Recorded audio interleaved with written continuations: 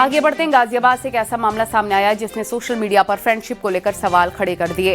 इंदौर की रहने वाली एक हिंदू युवती ने आरोप लगाया कि फेसबुक पर हुई दोस्ती के बाद उसे प्यार, निकाह और धर्म परिवर्तन के जाल में फंसाया गया।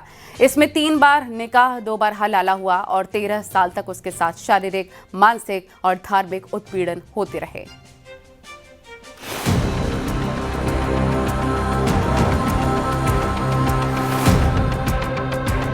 2012 में इंदौर की रहने वाली बीबीए की एक छात्रा की फेसबुक पर नवीन राणा नाम के युवक से दोस्ती हुई, जिसने खुद को हिंदू बताया, शादी के सपने दिखाए और फिर शुरू हुई एक ऐसी कहानी जिसे सुनकर रूह कांप जाए। 3 बार निकाह, 2 बार हलाला और फिर 13 साल तक उसके साथ शारीरिक, मानसिक और धार्मिक उत्पीड़न होता रहा। सुनिए पीड़िता की जुबानी दोस्ती, प्यार और फरेब की कहानी। मुजफ्फरनगर मौलाना कलीम सिद्दीकी के वहाँ पर ले जाता है वो।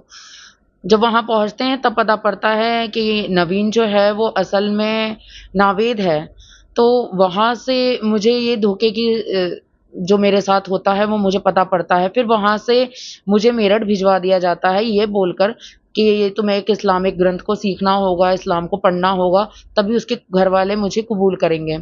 तो ऐसे करते करते मुझे मेरठ रखा जाता है मदरसे में। फिर उसके बाद में नवीन वहाँ से गायब हो जाता है। फिर मुझे फुलत लाया जाता है। फुलत लाने के बाद में मुझे ये कहा जाता है कि आज तुम्हारा निकाह है। तो मैं कहती हूँ क्या नवीन आया है? तो बोलते हैं कि हाँ, हो सकता है कि नवीन हो वहाँ पर जब निकाह करवाया जाता है तो वहाँ पर नवीन नहीं होता। पीड़िता के मुताबिक आरोपी ने प्रेम जाल में फंसाकर उसे दिल्ली बुलाया, फिर मुजफ्फरनगर के एक मदरसे में ले गया, जहां उसे पता चला कि नवीन राणा असल में नावेद है, जो एजेंट के तौर पर काम कर रहा था और पैसे लेकर वो हिंदू लड़कियों को फंसाता था। हलाला मेरा पहले जो हुआ था वो 2014 में हुआ था। अब्दुल रहमान ने जब मुझे तलाक दे दिया था जयपुर में, और उसके बाद में खालिद हुसैन ने जब मुझे तलाक दिया तो इसने अपने जीजा से, इनके घर वालों ने मेरा हलाला करवाया। और हलाले के बाद में उसके भाई ने भी मेरे साथ जबरदस्ती वहाँ पर करी। तो जो मुकदमा है वो लिखवा दिया गया है, बयान हुए थे कोर्ट में, तो उसमें मैंने सब बता दिया है। पीड़िता के मुताबिक उसे अलग अलग मदरसों और शहरों में ले जाया गया, बंधक बनाकर रखा गया और कई लोगों से जबरन निकाह कराए गए। पीड़िता ने बताया कि उसके जैसी कई लड़कियां मदरसों में हैं, उनका धर्म परिवर्तन करवाकर उनका निकाह कराया जाता है। इनको आउट ऑफ इंडिया से फंडिंग आती है और फंडिंग आती थी, और जो लड़कियों उन लड़कियों को लाकर छोड़ के मदरसे में चले जाते थे तो जाहिर सी बात है उन्हें ज़रूर पैसे मिलते थे, क्योंकि उसके बाद जो लेकर आते थे उन लोगों का कुछ पता नहीं होता था।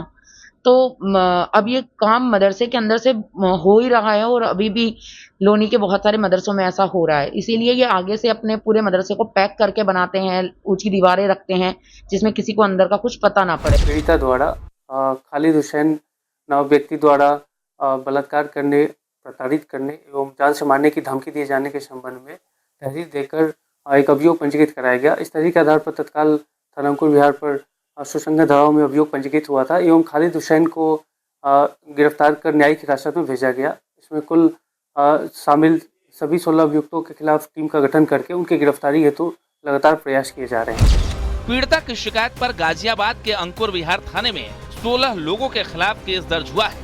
मुख्य आरोपी खालिद हुसैन को गिरफ्तार कर जेल भेज दिया गया है, जबकि बाकी आरोपियों की तलाश जारी।